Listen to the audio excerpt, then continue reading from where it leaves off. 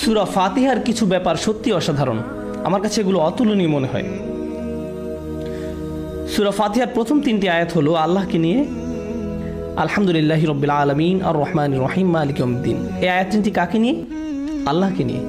আর শেষ 3টি আয়াত ইহদিনাস সিরাতাল মুস্তাকিম সিরাতাল লাযিনা আন'আমতা আলাইহিম গায়রিল মাগদুবি আলাইহিম ওয়ালাদ-দাল্লিন।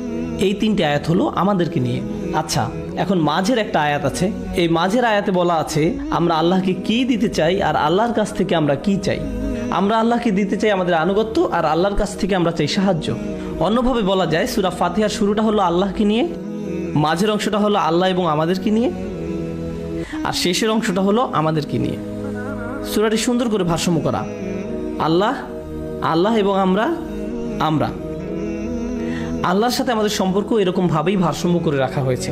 তাহলে প্রথম 3 আয়াত হলো আলহামদুলিল্লাহি রাব্বিল আলামিন আর রহমানির রহিম মালিক ইয়াউমিদ্দিন।